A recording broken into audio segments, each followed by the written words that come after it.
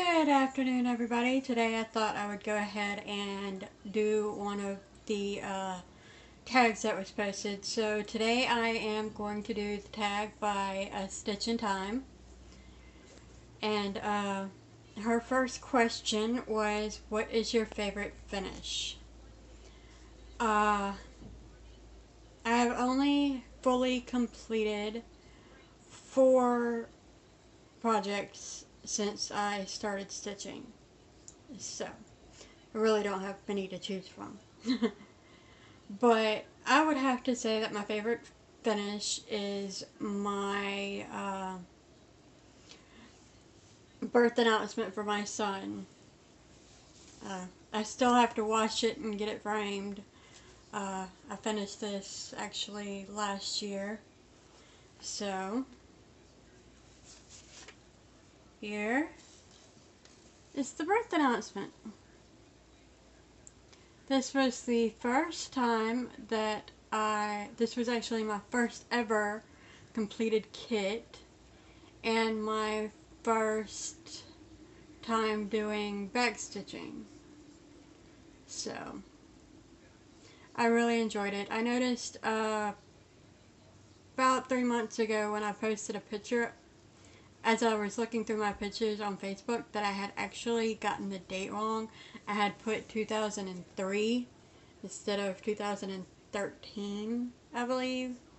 And I had to go back and change it at the last minute.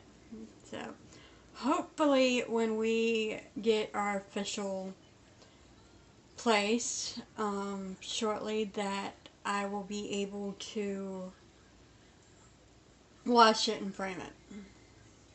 So, we will have to see.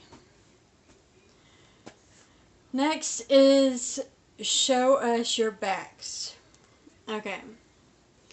I'm going to show you a couple of them because I've gone through so many different stages of learning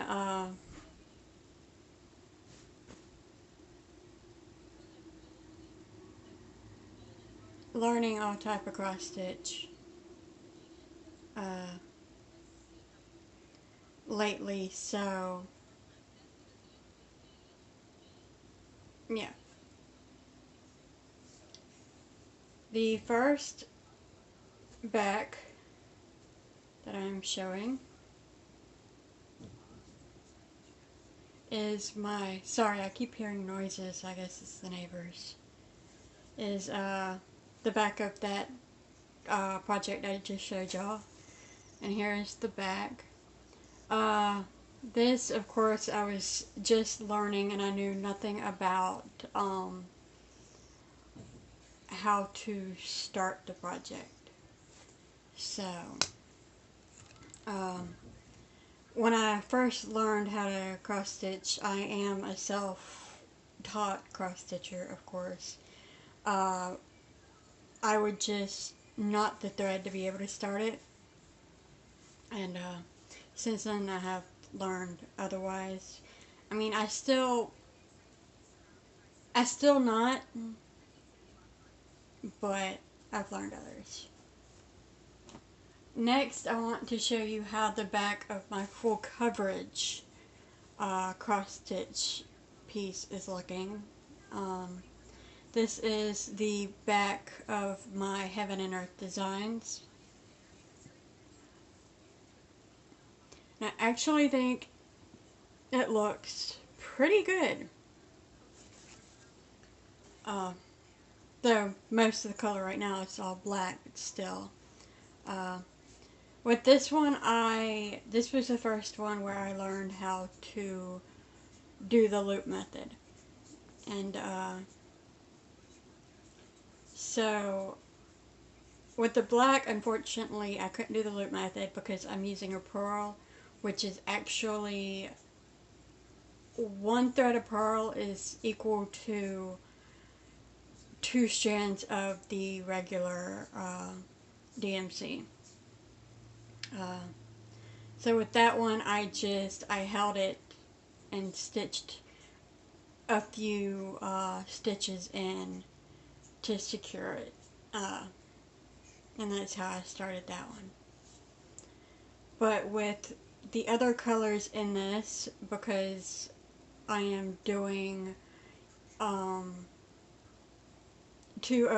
tent stitch, I am doing the loop method, and it's coming out a lot cleaner than my other starts of my projects. So that is that one. And lastly is my Mirabilia. I want to show y'all the back on this one. I think I have both loop method and knots in this. Sometimes I just forget to do the loop method and I end up cutting 2 strands. But my backs really don't matter to me that much. Nobody's going to see my backs other than this video, so this is the back of my Mirabilia. Actually, it doesn't look too bad. I mean, you can tell that there are some knots and everything, but I think it's still pretty good. And the last question of her tag is, how do you start your threads? As I stated before, I am self-taught. So at first I started with just knotting my thread to start it. Which, I mean, there is no wrong or right way to cross stitch. It's whatever you feel more comfortable with. So, but I did recently learn the loop method, which I have to say I love. But there are some times where you cannot use the loop method. For instance, using variegated threads. Can't use the loop method. So with the variegated threads that I use, especially on my my skull, I still knot it. And sometimes I also leave a little bit of thread on the back and hold it until I get a few stitches in. I don't know what you would call that kind of start, but I do it that way also sometimes, especially when I'm only using one thread. So, and that is all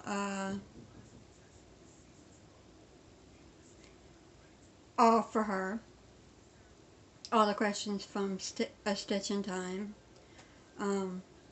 I will be doing more posts the next few weeks, answering more tags that I've come across. So keep a lookout, and I hope everybody has a great weekend. Alright.